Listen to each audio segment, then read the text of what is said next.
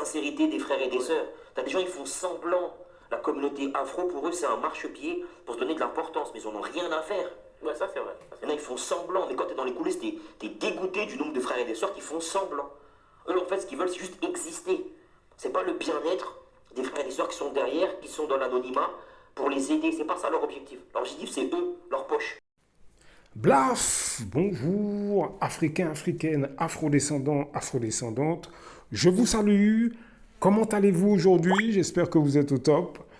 Nous continuons, nous allons, aujourd'hui on va aborder, j'en avais déjà parlé dans un autre audio, mais j'aime bien revenir sur les choses parce que des fois en expliquant différemment, on comprend mieux.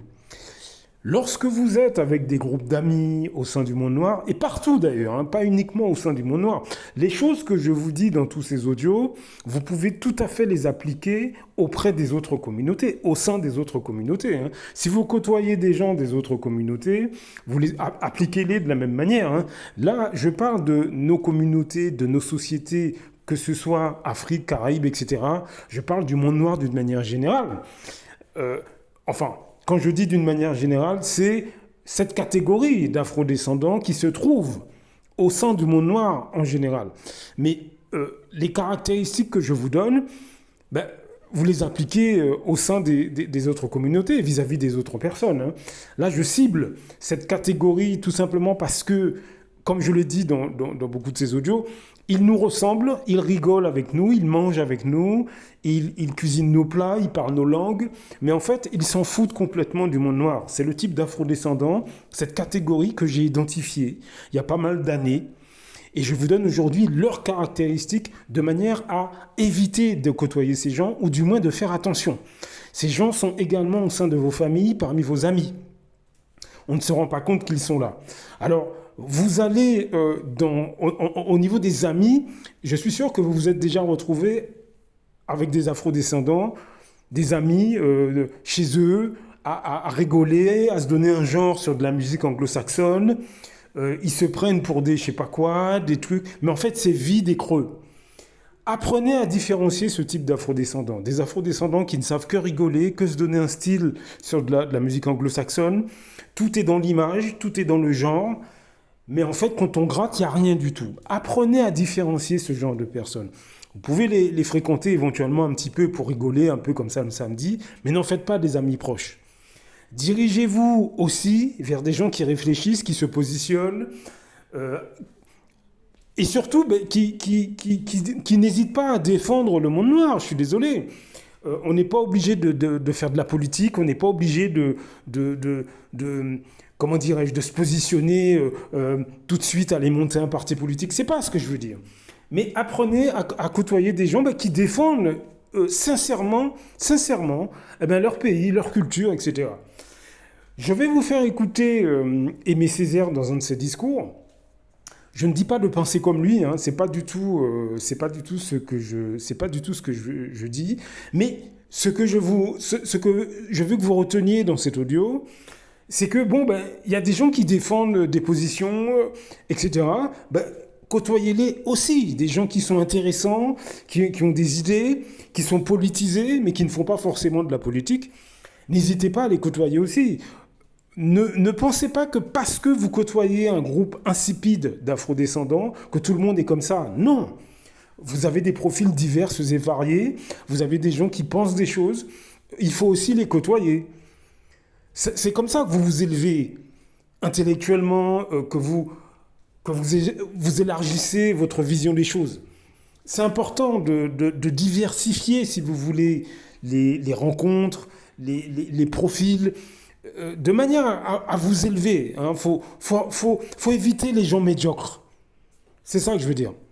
Je vous laisse écouter Aimé Césaire dans un discours sur son pays, hein, la Martinique. Vous allez voir un peu les convictions de l'homme. Écoutez un peu le ton. Écoutez. Je vous laisse, on en reparle juste après. Où dans le monde entier, le processus de décolonisation s'achève. À la même heure, à la Martinique, un processus tout autre est commencé et va bon train, et c'est un processus de recolonisation. Et oui, Martiniquaises et Martiniquais, le processus est commencé. Regardez vos plages, regardez vos rues, regardez vos administrations, regardez les banques, regardez les grands magasins, regardez les grandes surfaces, regardez la préfecture. Parfois, c'est en vain que vous chercherez une tache de couleur, une tache sombre dans le paysage. Tout est blanc. Tout est blanc. Il ne s'agit pas de racisme. Il s'agit de l'équilibre d'une société menacée. Menacée dans son être, menacée dans sa vitalité, menacée dans son identité, menacée dans sa survie. Je vous le dis, attention, Martiniquais, prenez garde. Voilà, vous entendez les convictions, les idées. Alors, je ne dis pas d'aller penser comme Aimé Césaire, ce n'est pas ce que je suis en train de vous dire. Je vous dis simplement que y a différents profils dans nos communautés, il y a des gens qui ont des positions intéressantes et en plus, ils défendent le monde noir. Ça en fait pas des extrémistes pour autant, hein. Ça en fait pas des parias pour autant. Donc, faites très attention. Nous avons, depuis plusieurs générations, nous avons un type d'afrodescendants, hein, c'est ceux que je décris dans toutes ces vidéos, dans tous ces audios, qui nous ont fait croire que se positionner politiquement, avoir des idées, être progressiste, avoir une réflexion sur, par exemple, hein, nos cultures, notre futur, etc.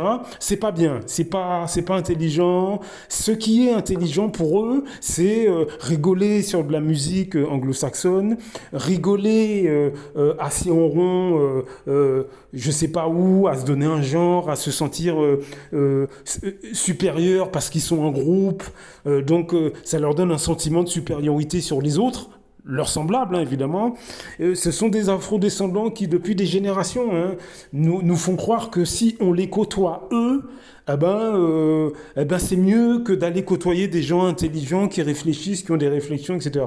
Donc, soyez prudents dans vos relations sociales avec un certain nombre d'afrodescendants. Ne tombez pas dans le panneau hein, d'aller côtoyer exclusivement des gens qui se vantent par exemple, hein, d'avoir un bon boulot, par exemple, hein, d'avoir une belle voiture, ces gens qui consomment,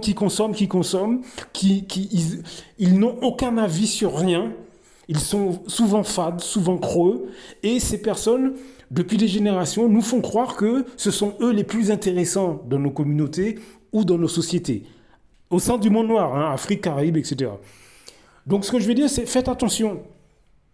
Faites attention à ce type de personnes, écartez-vous-en, je ne dis pas de ne pas les côtoyer, mais faites-le à petites gouttes, écartez-vous-en dès que vous avez fini la soirée, etc., passez à un autre type de personne, et vous verrez que vous allez vous élever. Vous verrez qu'intellectuellement, en côtoyant d'autres profils qui réfléchissent, qui parlent par exemple de leur passion, de littérature, par exemple, vous allez voir que vous allez vous élever. Donc, prenez garde. Blaf! À très bientôt. Beaucoup d'Africains se lèvent contre des autres Africains. C'est généralement à travers la corruption. L'Europe, l'Occident le sait. La meilleure façon de faire tomber un Africain qui se lève pour les intérêts des Africains, il faut aller corrompre ses amis ou ses compatriotes. C'est comme ça que c'est toujours à cause de l'argent. Celui qui a fait tomber son cara, il a fait beaucoup. C'est parce qu'il voulait être son cara à la place de son cara.